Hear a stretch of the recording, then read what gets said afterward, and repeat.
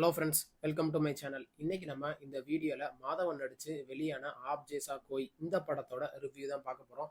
இந்த படத்தோட கதையை பற்றி பார்த்தோம்னா, ஹீரோ மாதவனுக்கு 42 வயசு ஆகி கல்யாணம் ஆகாமையே இருக்கு. அப்போ ஒரு நாள் ஒரு ஆப்பில் நம்ம ஹீரோ ஒரு பொண்ணை பார்க்குறாரு. அவங்ககிட்ட பேச ஆரம்பிக்கிறாங்க. கொஞ்ச நாள் கழிச்சு அந்த டாக்கும் கட் ஆயிருது. அப்போ ஒரு நாள் ஒரு பொண்ணை அவங்க வீட்டில் பார்க்குறாங்க. அந்த பொண்ணையும் நம்ம ஹீரோவுக்கு பிடிச்சி போயிடுது. அதனால இவங்க ரெண்டு பேருமே பழக ஆரம்பிக்கிறாங்க. நிச்சயமும் ஆயிடுது.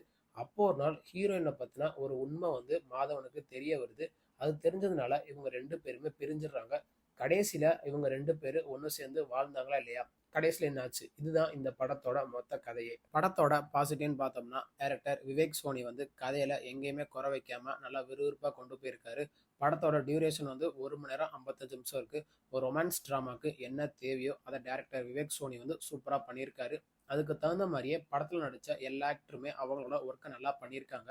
முக்கியமா ஹீரோவா நடிச்ச மாதவனா இருக்கட்டும், ஹீரோயினா நடிச்ச ஃபாத்திமா சோனனா இருக்கட்டும், அவங்க எல்லாருமே அவங்களோட நடிப்பை சூப்பரா பண்ணியிருக்காங்க. அவங்க ரெண்டு பேத்துக்கும் நடக்கிற அந்த ரொமான்ஸ் காட்சியெல்லாம் டைரக்டர் சூப்பரா நமக்கு காமிச்சிருக்காரு.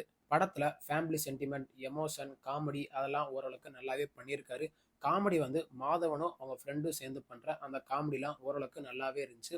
அதே மாதிரி இந்த எமோஷன் காட்சியில கடைசியில அந்த சரஸ்வதி பூஜையில ஒரு சம்பவம் நடக்கும். அதையும் டைரக்டர் சூப்பரா காமிச்சிருக்காரு. படத்துல ஒர்க் பண்ண எல்லா டெக்னீஷியனுமே அவங்களோட ஒர்க்கை நல்லா பண்ணியிருக்காங்க.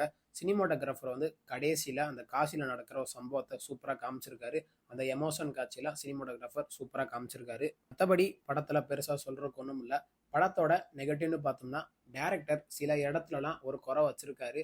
என்னன்னா, அந்த ரொமான்ஸ் காட்சியில என்னதான் நல்லா பண்ணியிருந்தாலும் சில இடத்துலலாம் என்னடா அந்த மனுஷங்க இப்படி பண்ணிட்டு இருக்காங்களே, வெறும் பூமரா போட்டுட்டு இருக்காங்களே அப்படின்னு நமக்கு சில இடத்துல இருக்கும். அதே மாதிரி ஹோட்டல்ல வச்சு ஒரு சம்பவம் நடக்கும். அந்த அஃபேரை பத்தி அதை நல்லா டைரக்டர் காமிச்சிருக்காரு. இருந்தாலும் அந்த எமோஷன் காட்சி வந்து என்னடா இது எல்லாருமே ஒரு மாதிரியாவே இருக்காங்களே அப்படின்னு நமக்கு பார்க்கும்போது இருக்கும். அந்த எமோஷன் காட்சியை இன்னும் டைரக்டர் ஃபோக்கஸ் பண்ணி எடுத்திருக்கலாம். காமெடிலாம் ஓரளவுக்கு நல்லாவே பண்ணியிருக்காங்க. இருந்தாலும் சில இடத்துல அந்த காமெடி கொஞ்சம் அவுடேட்டடாக இருக்கும். அதெல்லாம் டைரக்டர் கொஞ்சம் ஃபோக்கஸ் பண்ணி எடுத்திருக்கலாம். மற்றபடி இந்த படத்தில் பெருசாக நெகட்டிவ்னு சொல்கிறக்கு ஒன்றும் இல்லை.